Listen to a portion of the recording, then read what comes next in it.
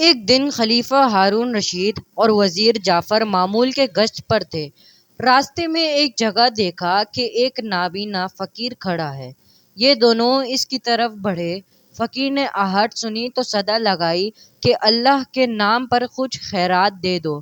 خلیفہ نے ایک اشرفی فقیر کے ہاتھ پر رکھ دی اور آگے چلنے لگے۔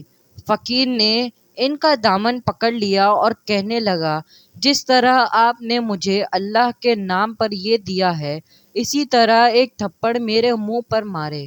خلیفہ ہارون رشید یہ عجیب سوال سن کر بہت حیران ہوئے۔ خلیفہ ہاتھ چھڑوا کر آگے بڑھنے لگے مگر فقیر نے دامن نہ چھوڑا اور صدا کرنے لگا کہ میرے منہ پر تھپڑ مارے، اور اگر یہ منظور نہیں تو اپنی اشرفی واپس لے لیجیے۔ خلیفہ نے اس کے اصرار پر مجبور ہو کر اس کے منہ پر ایک ہلکا سا تھپڑ مار دیا اور چل پڑے۔ کچھ دور ہی گئے تھے کہ ہارون رشید کو خیال آیا کہ فقیر نے جو حرکت کی ہے ضرور اس میں کوئی راز ہے۔ انہیں جستجو ہوئی کہ یہ راز معلوم کرنا چاہیے۔ چنانچہ انہوں نے وزیر سے کہا کہ وہ اس فقیر کو جا کر بتا دے کہ اس کو اشرفی خلیفہ ہارون رشید نے دی ہے اور ان کا حکم ہے کہ وہ کل دوپہر کو ان کے دربار میں حاضر ہوں۔ دوسرے دن فقیر دربار میں حاضر تھا۔ خلیفہ نے پوچھا، تمہارا نام کیا ہے اور تم نے سوال کرنے کے بعد اپنے منہ پر تھپڑ مارنے کے لیے اصرار کیوں کیا؟ فقیر کہنے لگا، حضور میرا نام عبداللہ ہے اور میں اسی شہر بغداد کا رہنے والا ہوں۔ میرے باپ نے مرتے وقت جو روپیہ پیسہ چھوڑا تھا وہ میں نے فضول خرچی میں بہت جلد اڑا دیا۔ پھر میری بیوی نے مجھے سمجھایا اور اس کے کہنے پر میں نے 2 اونٹ خرید لیے اور تجارت کا کام شروع کر دیا۔ دن گزرتے گئے، اللہ تعالیٰ نے میرے کام میں برکت عطا کی۔ رفتہ رفتہ میرے حالات بہتر ہوتے گئے۔ پھر کچھ ہی عرصے میں خوشحال ہو گیا۔ اب میرے پاس 80 اونٹ ہو گئے تھے کہ ایک دن میں نے ایک تاجر کا مال بصرہ کے بندرگاہ پہنچا کر بغداد واپس آ رہا تھا۔ راستے میں ایک ٹھنڈی جگہ دکھا کر میں کچھ دیر آرام کرنے کے غرض سے وہیں بیٹھ گیا۔ اونٹوں کو بھی ان کے پاؤں باندھ کر ان کو چرنے کے لیے چھوڑ دیا۔ کچھ دیر ہی گزرے ہوگی کہ ایک بزرگ درویش راہ چلتے ہوئے میرے پاس آئے اور سلام دعا کے بعد میرے پاس بیٹھ گئے۔ ہم آپس میں باتیں کرنے لگے، ایک دوسرے کے ساتھ واقفیت ہو گئے۔ پھر ہم نے ایک ساتھ کھانا کھایا اور اسی دوران کہنے لگے کہ اس جگہ کے قریب جو پہاڑی ہے اس میں بہت بڑا خزانہ ہے۔ اگر تم چاہو تو میں تمہیں وہاں لے کر جا سکتا ہوں۔ اگر وہ خزانہ تم اپنے سارے اونٹوں پر بھی لا دو تب بھی خزانہ میٹھے بھر کم نہیں ہوگا۔ یہ سن کر میرے دل میں لالچ پیدا ہوا اور میرا نفس مجھ پر حاوی ہو گیا۔ میں نے کہا، مجھے وہ خزانہ چاہیے۔ بزرگ درویش کہنے لگا، ٹھیک ہے، میں تمہیں وہاں لے جاؤں گا، لیکن تمہیں قیمت ادا کرنا ہوگا۔ تم اپنے 80 اونٹ میں سے 40 اونٹ مجھے دے دو، تب ہی میں تمہیں خزانے تک لے جاؤں گا۔ میں نے دل میں سوچا کہ اپنے 80 اونٹوں میں سے 40 اس کو دے دوں تو بھی میرے پاس 40 اونٹ بچ جائیں گے۔ خزانے سے لا دے یہ 40 اونٹ بھی میرے 40 پشتوں کے لیے کافی ہوگی۔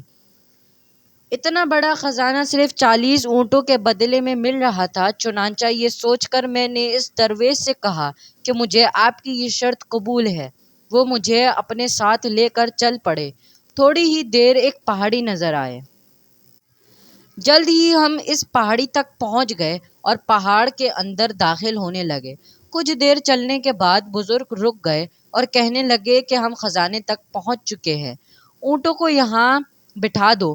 کچھ قدم چل کر انہوں نے کچھ لکڑیاں جمع کی اور روشنی کے لیے آگ جلائی۔ پھر کوئی خوشبودار چیز جھڑک کر کچھ پڑھنے لگے جس کے مجھے کوئی سمجھ نہ آئی۔ چند لمحوں بعد زمین لرزنے لگی اور ایک جگہ سے پھٹ گئی۔ جس جگہ زمین پھٹی تھی وہاں ایک عالیشان دروازہ نظر آنے لگا۔ درویش نے مجھے اشارہ کیا کہ آؤ، پھر ہم دونوں اس دروازے سے اندر داخل ہو گئے۔ میں جب اندر گیا تو میری آنکھیں پٹی کی پٹی رہ گئیں۔ ہر طرف سونا اور ہیرے جواہرات کے انبار لگے ہوئے تھے۔ مجھے یقین نہیں ہو رہا تھا خیر میں لالچوں کی طرح اس خزانے پر جھپٹا اور خزانہ اپنے اونٹوں پر لادنا شروع کر دیا۔ جب تمام اونٹ بھر گئے اور ہم واپس جانے کے لیے اس راستے سے باہر نکلے تو اس درویش نے جیب سے چاندنی کی ایک ڈبیا نکالی۔ میں نے اپنے 40 اونٹ لیے اور بغداد شہر کی طرف روانہ ہوا۔ اے خلیفہ ہارون رشید، میں ابھی کچھ قدم ہی چلا تھا کہ میرے دل میں ایک خیال آیا۔ بلا وجہ ہی میں نے 40 اونٹ درویش کو دے دیے۔ اگر وہ بھی میرے پاس ہوتے تو میں کتنے بڑے خزانے کا مالک ہوتا۔ میں نے اس ٹائم تو یہ سوچا نہ تھا کہ ایک درویش کی وجہ سے مجھے مفت میں اتنا مال مل گیا ہے، اور اپنے 40 اونٹ ہاتھ سے نکل جانے کا افسوس کرنے لگا۔ افسوس مجھ سے صبر نہ ہوا اور میں دوڑ کر درویش کے پاس گیا اور کہا کہ آپ تو اتنے اونٹوں کا انتظام نہیں کر سکیں گے، بہتر ہوگا کہ 10 اونٹ آپ مجھے واپس دے دیں۔ میری زبان سے یہ بات سن کر درویش مجھے کچھ کہے بغیر 10 اونٹ مجھے واپس دے دیا اور وہ 30 اونٹ لے کر چل پڑا۔ میں 10 اونٹ لے کر واپس آنے لگا تو مجھے پھر خیال آیا کہ میں نے بہت بڑی بے وقوفی کی ہے، کچھ زیادہ اونٹ واپس مانگ لیتا۔ اس خیال کے آتے ہی میں پھر درویش کی طرف بھاگا اور آواز دے کر روکا۔ پاس جا کر میں نے کہا، اے درویش، آپ 30 اونٹوں کا انتظام کیسے کریں گے؟ میں اس کام سے واقف ہوں، اونٹوں کی دیکھ بھال کرتا رہتا ہوں، بہتر ہے آپ مجھے 20 اونٹ واپس دے دیں۔ درویش نے اس بار بھی مجھ سے کچھ نہ کہا اور 20 اونٹ مجھے واپس دے دیے اور 10 اونٹ لے کر چل دیا۔ میں لالچ میں اندھا ہو چکا تھا۔ میں نے سوچا کہ کسی ترتیب سے باقی 10 اونٹ بھی درویش سے واپس لے لوں۔ چنانچہ میں واپس پلٹا تھا اور دوڑتا ہوا درویش کے پاس پہنچا۔ جو 10 اونٹ اس کے پاس باقی رہ گئے تھے وہ بھی میں نے اسی طرح باتیں کر کے لے لیے۔ اونٹ لے کر واپس آنے ہی لگا تھا کہ مجھے چاندی کی وہ ڈبیا یاد آئی جو درویش نے میرے سامنے اپنی جیب میں رکھی تھی۔ میں سوچنے لگا کہ اس ڈبیا میں ضرور کوئی ایسی قیمتی چیز موجود ہے جو درویش نے سونے سے بھرے 40 اونٹ کچھ کہے سنے بغیر مجھے واپس دے دیے۔ اب مجھے وہ ڈبیا ہر قیمت پر حاصل کرنی تھی۔ چنانچہ میں ایک بار پھر واپس گیا اور درویش بزرگ کی خوب تعریفیں کر کے اسے التجا کی کہ وہ ڈبیا مجھے دے دے، لیکن درویش نے صاف انکار کر دیا۔ اس کے انکار کرنے سے مجھے اس بات کا یقین ہو گیا، ضرور اس ڈبیا میں خزانے سے بڑھ کر کوئی قیمتی چیز موجود ہے۔ افسوس کہ لالچ میں میری آنکھوں پر پردہ ڈال رکھا تھا اور بدقسمتی میرے دروازے پر دستک دے رہی تھی۔ در بدر کی ٹھوکریں کھانا اور بھیک مانگنا ہی میری قسمت میں لکھ دیا گیا تھا۔ میں اس ڈبیا کو حاصل کرنے کے لیے لالچ میں دیوانہ ہو گیا تھا۔ میں نے درویش کو دھمکی دی کہ اگر اس نے ڈبیا مجھے نہیں دی تو میں اس سے چھین لوں گا۔ اس درویش نے جب دیکھا کہ میں نے ڈبیا لیے بغیر نہیں جاؤں گا تو اس نے وہ ڈبیا جیب سے نکال کر میرے حوالے کر دی۔ میں نے ڈبیا کھولی تو اس میں عجیب و غریب قسم کا سرما تھا۔ میں نے اس درویش سے پوچھا کہ یہ کیا ہے تو اس نے بتایا کہ یہ ایک سرما ہے، اگر اس کو دائیں آنکھ میں لگاؤ تو زمین میں دفن ساری دنیا کے خزانے نظر آ جائیں گے۔ یہ سن کر میں بہت خوش ہوا۔ پھر میں نے اس درویش سے کہا کہ وہ میرا سرما میری دائیں آنکھ میں لگا دے۔ درویش نے ایسا ہی کیا۔ سرما لگاتے ہی مجھے زمین میں پوشیدہ خزانہ نظر آنے لگے۔ میں نے سوچا کہ ایک آنکھ ہمیں لگانے سے اس کی یہ تاثیر ہے تو دونوں آنکھوں میں لگانے سے نہ جانے کیا کچھ پوشیدہ چیزیں نظر آنے لگیں گی۔ چنانچہ میں نے درویش سے کہا کہ وہ میری بائیں آنکھ میں بھی سرما لگا دے۔ یہ بات سن کر وہ بولا کہ میں یہ نہیں کروں گا۔ اس کی تاثیر الٹی ہے، اگر بائیں آنکھ میں تم نے سرما لگایا تو نقصان اٹھاؤ گے، تم ہمیشہ کے لیے اندھے ہو جاؤ گے۔ مجھے لالچ نے گھیر رکھا تھا۔ میں نے سوچا کہ درویش مجھ سے جھوٹ بول رہا ہے، بھلا ایک چیز ایک ہی وقت میں فائدہ اور نقصان کیسے پہنچا سکتی ہے۔ میں نے اس کو دھمکی دی کہ اگر اس نے میری بائیں آنکھ میں سرما نہ لگایا تو میں اسے مار ڈالوں گا۔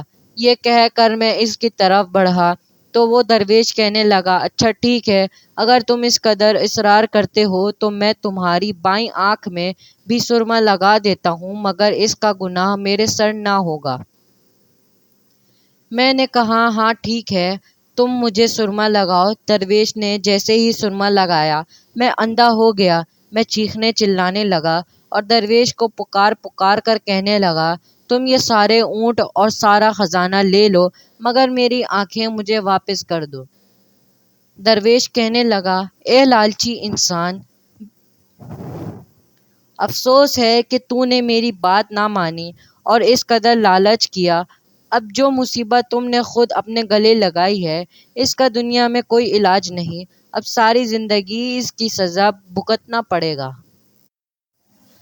بس اسی دن سے میں بھیک مانگ کر گزارا کر رہا ہوں۔